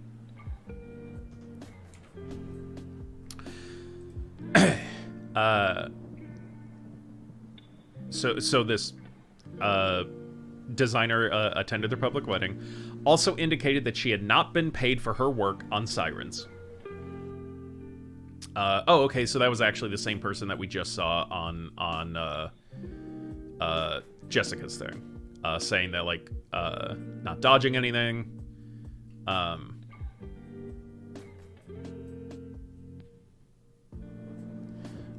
So somebody said, this is the best explanation I've seen, and while most of it makes sense and is totally understandable, other parts feel dodgy. That's why she was saying, like, I'm not dodging anything. I support Chad and the creatives who have come forward, you know, blah, blah, blah, the quote that we've already seen. Other collaborators came forward, citing similar treatment on The Red Opera. Pat Edwards, one of the writing leads on that project, described his experience below, noting that the band Diamort was basically pushed out of the project as Stone took more and more control, with Edwards' share and pay threatened for questioning Stone's decisions. Let's check out this thread, huh? That seems interesting. TTRPG experience I had in co-creating the Red Opera, focusing on how the creatives were mistreated and undercredited. Did y'all know the Red Opera is an adaptation? There's this great band called Diamort, apologies if I'm mispronouncing it, fronted by Drake Mephisto. The Red Opera is an album and stage show. Drake and Rick had the original idea to adapt into a TTRPG. When it was time to dig in and write, Rick decided this project needed more hands on deck. That's where I came in. We had a complete working draft of the core campaign written before Jameson Stone and Apotheosis even knew the Red Opera existed. But once we let him get his hands on it, here come the list of, quote, infractions that set Jameson off. I spoke up against a particular piece of art that I believe to be misogynistic and sexist. As a result, I got called an asshole and egotistical in a 15 to 20 minute berating session on the phone by Jameson. I asked that my name be spelled in a specific way in the credits. I use my middle initial in my publishing / screenwriting credits. Hey, totally get that. I do the same. I got chided for having a me, not we mentality, for specifying how I wanted my name to be spelled. Not too long before the Kickstarter was scheduled to go live, Jameson decides to renegotiate essentially holding the project hostage. He wanted us to cut our end in half. When I had the audacity to ask questions about this, I was labeled a whiner and a troublemaker. I know for a fact there was an internal conversation at Apotheosis about firing me and having someone else rewrite everything I wrote, which was roughly 40% of the book. All because I dared to question Jameson. Okay, Jameson, you fucking mentioned in your conversation with Chad about not letting your ego come into your work and be unprofessional about it. So let's look at this from a business perspective. Let's say you don't like an employee and the work they've done. If it's almost half of your fucking product, your project, from a business standpoint, I don't think you cut them out and hire someone to redo the whole fucking thing. That seems like bad business. You just let them finish, and then you don't deal with them again. Instead, you're going to waste money, because here's essentially what he's going to do, right? He's going to fire this guy, hire someone at a lower rate with a lower cost to just redo the work, so that it's cheaper.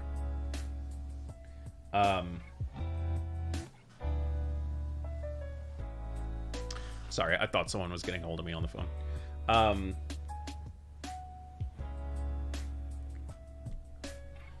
So clearly he was just trying to boot this guy to not pay him and then hire someone at a cheaper rate to just redo the whole thing. Because it's not their project. Why the fuck would they care about the deadline? Like, they don't have a real stake in this besides just the money.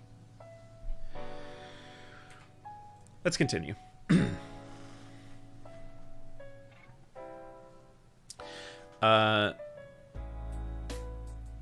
Rick and myself had our royalty share continually threatened if we didn't do enough marketing during the Kickstarter. Threatening language was very common. I wrote over a dozen blog posts and set up an equal number of cross-marketing arrangements with other indie studios. Never got paid for the blog posts. And those arrangements I set up yielded something in the ballpark of 30 to 40K out of our 168K in pledges. So, again, I wouldn't say majority, but let's do some quick math. Let me remember how to do math. Let's say 35 divided by 168. That's still nearly 25%. It's a little over, I think it was like 21%. So not like a majority share, but still a pretty big fucking chunk of money. I honestly didn't want to sign onto Sirens after all this, but we hadn't been paid a dime for Red Opera yet. I could see them dragging it out forever if I turned them down. So again, as he put it before, essentially holding the project hostage. When they finally showed us what our payout was going to be, we were floored. It was a fraction of what we expected. We checked the accounting. Should we see some text? I apologize. Yep. Thank you, Dubs.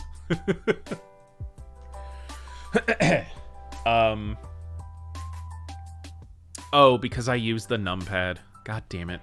Did it again. I'll just keep going. So they didn't want to sign on. They hadn't been paid.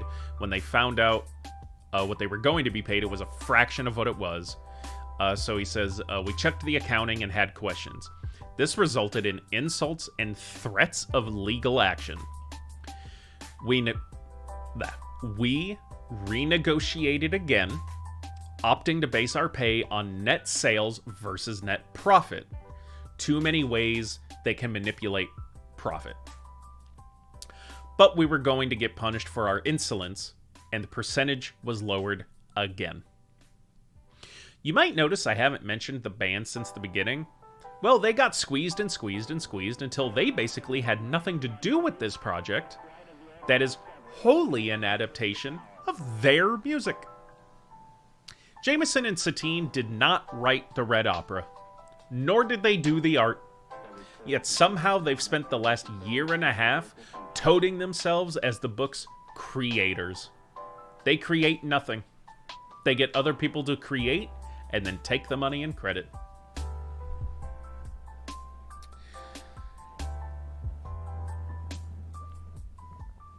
Y'all, we could probably go for days. I could probably do a 24-hour stream based on the stuff surrounding people coming forward and giving their stories about Jameson and Satine. Unfortunately for today, we don't have the time to do so. So instead, what I'm going to do is shift gears a little bit. God, they are trash. Yep. Here's what we're going to look at now. Because, as I said, most of this came out nearly a week ago.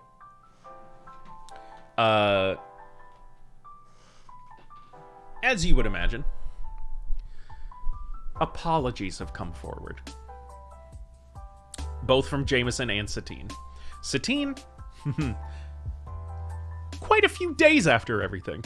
Just so, bit of context on that as well. There was another major tabletop convention this past weekend that just ended.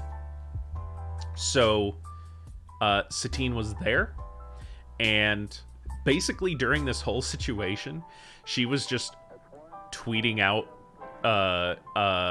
like adverts for her being there, which I'll even be super nice and say she just wasn't even aware of the situation because she wasn't even on her phone and was just doing stuff for the convention, doing stuff for their business, and didn't know about the situation. I'll give her, for some reason, the benefit of the doubt on that. Realistically speaking, I'm sure it's more of just she didn't give a shit and was more of like, hey, if I don't address it, whatever. So Jameson put out a lengthy post.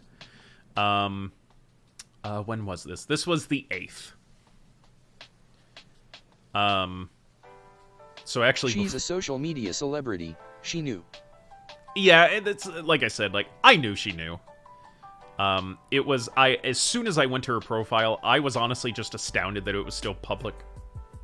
I'm surprised everything just hasn't gone private or just closed down already. But so Jameson posted his reply on the 8th, which is funny because more things continue to come out even after that.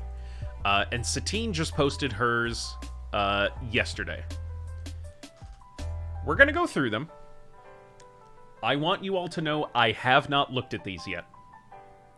I have staved this off until... Well, again, Satine's just came out yesterday. I didn't even know about it till this morning. I knew about Jameson's, but I haven't read it because, boy, is it long. And I wanted to save it for when I talked about it on stream. So that you guys... Have a great rest stream. Who has to go? Oh, okay, Dubs. Thanks for being here, bud. It really means a lot. We'll hopefully see you tomorrow. Hey, quick, I'll be announcing this at the end of stream, but just in case, tomorrow is going to be You Laugh, You Lose between Mana and I, so you're going to want to be here for that one. It's going to be a ton of fun. I have not read either of their public replies yet. We're going to do that live now so that we can experience this together. I don't know if you guys have seen them and read them or not. Okay, see you tomorrow then. Bye-bye. We're going to do this live.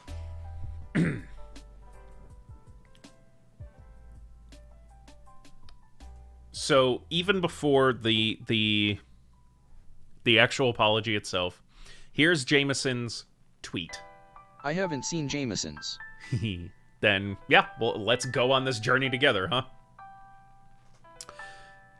Here's Jameson's tweet that contains the screenshots of his address. A letter of apology to Nerdy Tattooer and Satine Phoenix with full text here and a link to a Facebook story. And then the hashtags. D&D, TTRPG, RPG, PTSD, trauma, hashtag healing, hashtag community.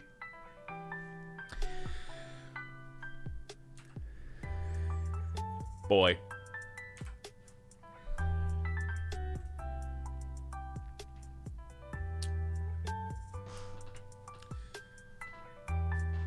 Chad Elwood Rowe. So he's addressing this directly to Chad. Not anybody else. Not everybody I've harmed. Just specifically Chad. Although, again, maybe this is before a lot of those other things came out. Like I said, the posts from Jessica, I think, were posted on the 9th. This was the 8th. Chad Elwood Rowe. I am deeply sorry that my actions have hurt you.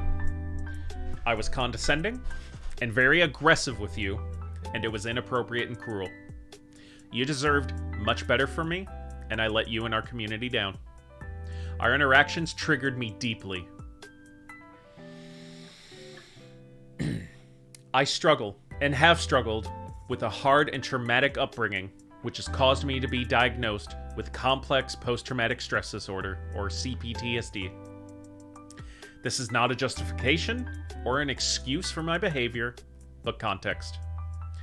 I am in individual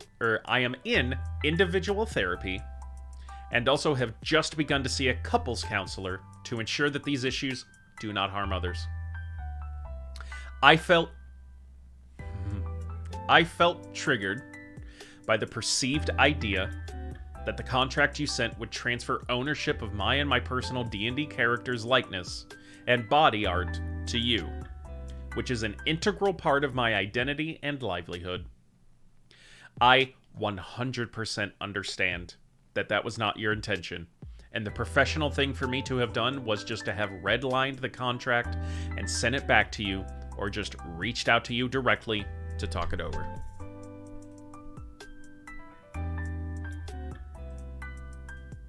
I forgot how they fucking format this. I have spent my life working on these characters, storylines, and their art. So much so that I wished to cover my entire body in homage to them. That reading that contract hit me profoundly hard, mistakenly making me think you were intentionally trying to not only take my art, but also my livelihood from my team and me. I'm going to save reactions for when we're done. But it's hard. Again, I know this was not your intention. And my trauma and CPTSD caused me to... My trauma and my CPTSD caused me to lash out and be very inappropriate with you. And for that, I take full responsibility and am deeply sorry. It is my hope to heal our relationship and repair the damage I have done to you and to our community. Satine has brought up this exact situation since it has happened, and because of my aggression, caustic, and demeaning behavior, I have been working one-on-one with my therapist about these issues for over a year. Along with us having just started with seeing a couples counselor for the ways my actions harm Satine. Again, this is not an excuse or a justification. This is just the facts as they sit. Additionally, based on conversations in chat, and then in additional conversations in our hotel room at Gamehole Con, I thought we had worked through and healed the pain I caused you. I had apologized to you then when you came to Satine and me to perform another tattoo session for Satine.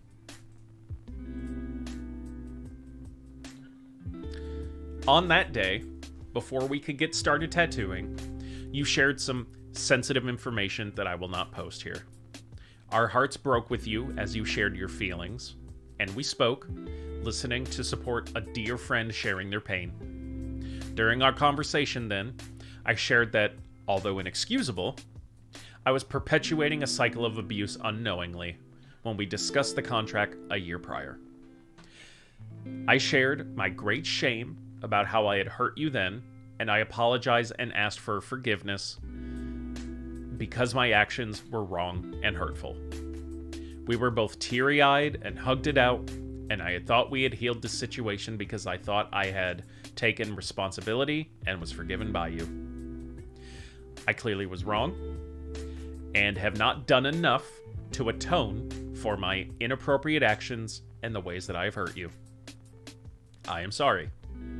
I also understand that you maybe did not feel safe enough due to my former aggressivity or position of power to share fully about how I had hurt you then, and therefore we could not have healed fully during the conversation in our hotel room at GameHoleCon.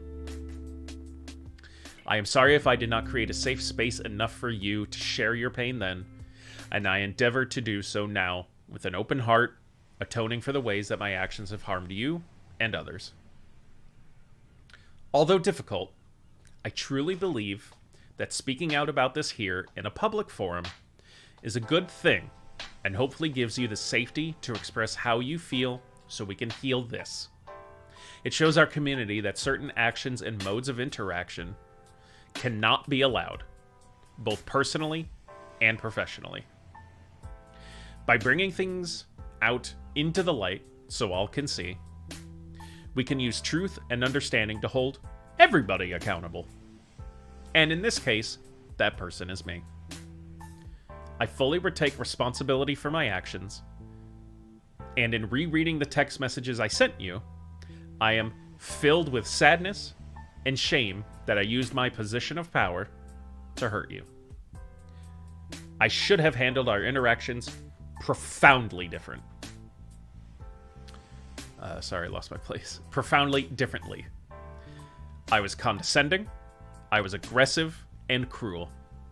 There is no excuse for behaviors for that. You deserved better from me then, and our community deserves better from me now. And while I cannot go back in time and change what I wrote and how I conducted myself, I can, however, be here for you now with an open heart, taking full responsibility with the desire to heal. I value you as a professional friend and respect you immensely. I wear the tattoos you put on my body with pride and have the utmost respect for you and your art. I also value the time we spent together over the years and our personal connections deeply. Oh, there's more.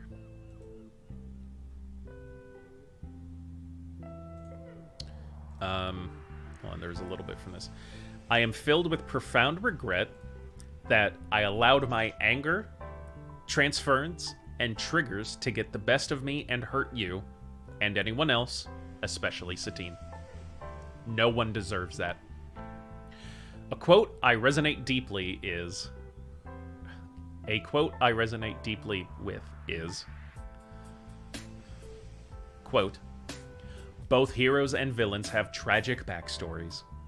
The difference between the two is that a villain wishes to punish the world for the ways they were hurt, but a hero wishes to protect others from the pain they were forced to endure. Unquote. I acted as a villain here, Chad, punishing you for my history of trauma and suffering which had nothing to do with you. My actions were unacceptable, and I ask for your forgiveness. I also ask for Satine's forgiveness, for in my pain, I pressured her to support me in defending us against your perceived attack, and then also to punish you for it. For that, I have profound regret and shame. She wrote and said things to you which she did not mean or feel was appropriate, and it was in her love of me and fear of losing me that she acted in a way that is not reflective of who she is and what she stands for. I hope that you and our community can see that her actions here were done out of coercion and are not reflective of who she is. This will not happen again, and we are in counseling to ensure that. I allowed and perpetuated a cycle of trauma from my past to continue through my actions and harm you. My trauma is not your fault. I allowed myself to be cruel to you when instead, I should have treated you with compassion and an open heart, communicating my pain and frustration in a healthy and constructive way. Sadly, I was unable to do that then, but I can do that now. Thank you for holding me accountable, and thank you for also holding me accountable in a public way, showing everyone in our community that there is no room for behavior like this, and those who do it must be held accountable and atone for their actions so we all may heal. It requires a lot of bravery to hold others accountable, and I am filled with gratitude and respect that you are showing me now, or that you are showing me how I have hurt you and I have hurt our community, so that I may atone and that we all, hopefully, can heal and become stronger for it. If anyone else feels that I have harmed them and would like to reach out to me or my team directly about this or any other situation, please email us at feedback@apotheosisstudios.com.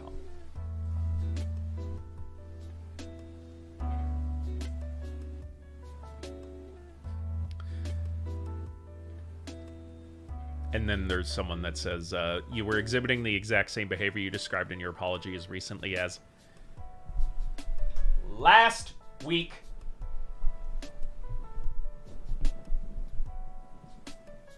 I understand things such as therapy take time. Deep change in a person does not happen immediately. Let me be clear that by me saying that, I'm not making any excuses for this man. Just a simple explanation that these changes had not happened yet at that time. And he said they had recently started this therapy. Although, actually, he said he started the therapy for his behavior a year ago. Unless I'm mistaken about that, unless I'm confusing it with something else. But there's that. So I'm going to handle both of their apologies at the same time. That is all of Jameson's. Going to Satine's. It's much shorter. Satine's apology tweet. Satine's apology that she has sent in a tweet starts with the tweet itself, which says, "To everyone brave enough to share your experiences, I am so incredibly sorry." And her apology reads thusly: "I've spent the last few days reading, listening, and reflecting. It felt important to take time and respond not out of reaction or defense, but out of genuinely trying to understand the pain many of you have expressed. To everyone brave enough to share your experiences, I am so incredibly sorry for being the cause of your pain. I am filled with regret and sorrow for my failures as a community leader these past 14 years. I should have been better. I'm so sorry to have enabled Jameson's terrible behavior. Thank you for holding me accountable so I can learn from my mistakes.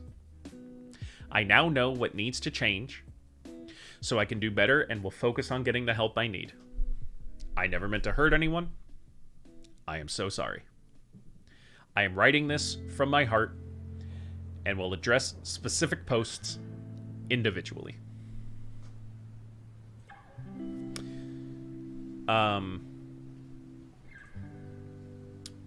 One of the replies to that I just saw was the same person who called out Jameson for his behavior a week before the apology, also saying, quote, "Never meant to hurt anyone," unquote, is a pretty damn and bold, hollow statement given the behavior in question. There is absolutely no way you were unaware this was an unacceptable way to treat people for years.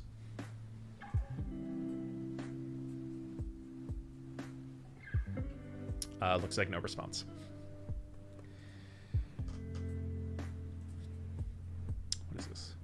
that's the other one. Okay, so I got a couple more minutes before I gotta get going.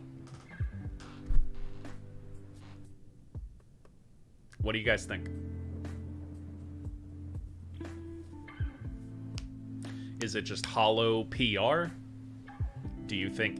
So here's the thing. They are likely actually very sorry that this information came to light. But I think it's more just about the fact that this information came to light. Whether they are truly sorry for the actions they took and are trying to fix themselves, or whether they are truly sorry everybody knows about it, we'll have to see. But I don't see them getting many opportunities anymore to be in such a public fucking platform. Did you know they have been cancelled from a ton of events? Including D&D in a castle. That's the announcement that I saw today, was the D&D in a castle. I think they are sorry they got caught. Yeah. And I mean, no shit, you know, like any abuser, like they're not sorry that they did the abuse, they're sorry that they got caught doing it and finally got called out for it. But yeah, I saw the D&D in a castle announcement earlier today. I think that was also on Twitter that they're like, hey, anything involving these two, we've tore them out of it. You won't be seeing them again.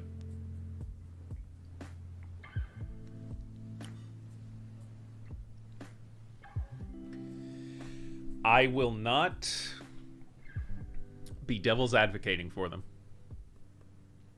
Because I do think their apologies are pretty hollow.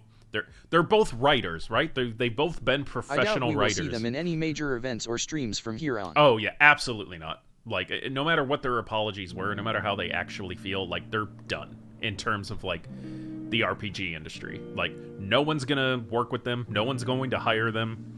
Like, you know, they will still have a following somewhere. You know, I'm sure they will do YouTube and Twitch, and I'm sure they will keep writing or doing whatever.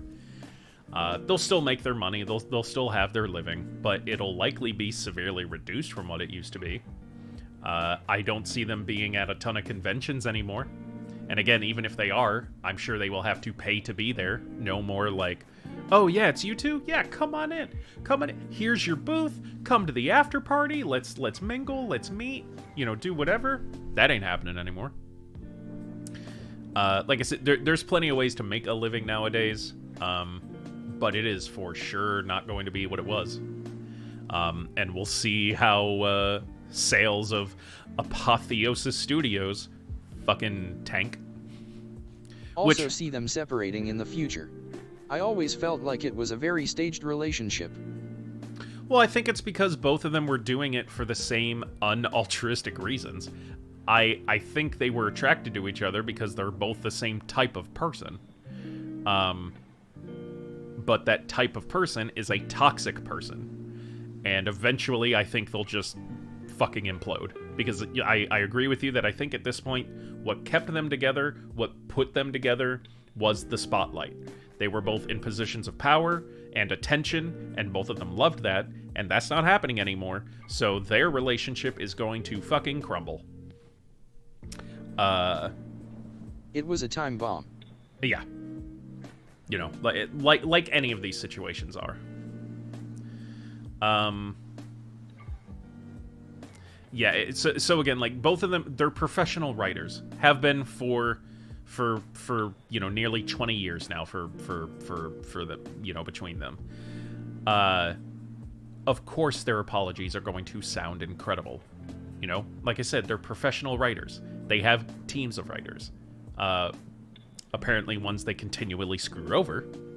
But they're writers. Like, they're fantasy writers at that. Their profession is elaborating on shit and making it sound fluffy and fanciful when it isn't. So, do I think there's any grain of truth to either of their apologies? Sure. I don't doubt that they're likely in some form of couples therapy. I don't doubt either of them go to therapy.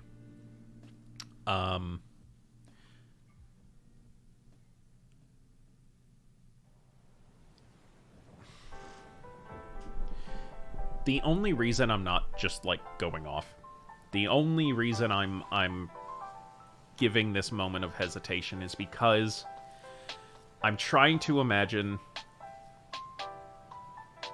that it is true in terms of like their apology. And even, you know, Satine didn't really give too much of one. Jameson's was the lengthy fucking novel that he wants everybody to buy for $49.99. Let's just say that everything he said in there was true. Even most of it. I am the type of person who wants to believe in people. I want to believe that even the worst type of people have some redeemable qualities about them, still have some good in them. I want to believe the things that he says. I want to believe that he is actually some part happy that all of this came out, so that it is now in a public forum. Everybody knows how he's been, and he can use that to be like, okay, yeah, I've got a huge fucking spotlight on this situation now. You guys are right. I was the worst person ever, and I'm taking steps to change that. Hopefully we can, I can at some point be a positive sign to this community again. I want to believe that. Do I? No. I don't. The problem is it wasn't the same type of abuse. It was over large swaths of things. Writers, tattoos, other business associates. He's a narcissist. Yeah, well, and that's what it, like, it's the power.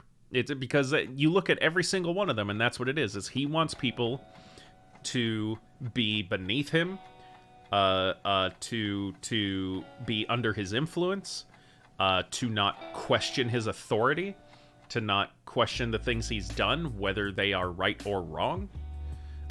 That's what everything stems from, is a fear of having anybody above him. That's what it all comes down to, is power and control. And he now has neither of those things. So, that's what I'll say about it. Is like, at this point, everything that he has been so afraid to lose, he has lost. He has been stripped of that power. Because, now, let's say he works with other people again. In any situation, everybody else has the power now. He could be the manager of a project. But if I was a writer, let's just say I was a writer hired by them on a project, the second I sniffed any shit starting to go wrong, starting to be this again, I would be like, hey, remember all that shit that you said that, you know, that came to light and how you were acting? I can go fucking do that now. You also said you were trying to change this shit. You're doing the same shit again, Jameson. You want me to screenshot this now and treat it right this fucking second? Everybody else has the power in the situation now. So now, going forward is when we'll see how things are, right? Because if he is just this irredeemable fucking asshole, isn't going to even attempt to change as a person, which, by the way, is what I expect, then we'll just see more and more patterns of this behavior, and then eventually he'll be gone into obscurity, which, again, they weren't even big in the community Majority they always thought have they the were power big over in. an individual. Exactly. They weren't even that famous in a community they thought they were famous in. There are so many people in the RPG community that I've been trying to talk to about this, and they're like, who? So it's delusions of grandeur to add to the fucking list. If going forward, we do indeed start to see some of that humbleness, some changes, some legit work being done on themselves, okay. But it's going to take a lot of convincing. And it will not be easy, and it will not be soon. I knew Satin for a long time, but never heard of Jameson until she got with him. Yeah. It's going to take a lot if they ever want to be even close to what they were a week ago. which again wasn't even that great. So yeah, that's I wanted to run through that with you guys, share my thoughts on it, read those apologies out loud, and kind of talk through them. Do I expect anything positive to come out of it beside, like, on their end? No. I don't expect actual change. I don't expect to actually see anything. I hope for it. I hope beyond belief that they can change who they are and maybe change things around, and in a couple years, maybe see a bit of a redemption. I don't expect it. I'm not going to hold my breath. They fucked up. Real, real, real bad. So, I don't feel sorry for them. But, alright guys, that's going to be stream for today. I actually have to get to my D&D game. Or one that I'm in. So, thank you all for being here. As always, I couldn't be doing this without you guys. Thank you so much for your constant love and support. As I said a little bit earlier, as a announcement spoiler, because someone was leaving, tomorrow is going to be the channel's first... See ya later. Bye. Is going to be the channel's first You Laugh, You Lose. Here's what we're going to do. It's going to be Mana and I. We will be consuming some gelatin-based edible products about an hour before stream for the timing, so we can get right into it. Mana and I will both be here. We'll be watching some videos on YouTube. Not a curated list by the community quite yet. That will be coming. But just some videos that we know that we watch relatively frequently from channels that we watch relatively frequently. The videos themselves will not have been watched before, but channels I know that have videos that can be, are safe for Twitch TOS, and will for sure be making us laugh. No eliminations, no punishments or anything. There will simply be a counter on the screen. Whoever laughs first at a video will gain a point, and the winner will be whoever laughs the least. So we'll be doing that tomorrow, possibly a part 2 on Friday, because we know some people won't be able to make it tomorrow. So, but yes, that will be streamed tomorrow.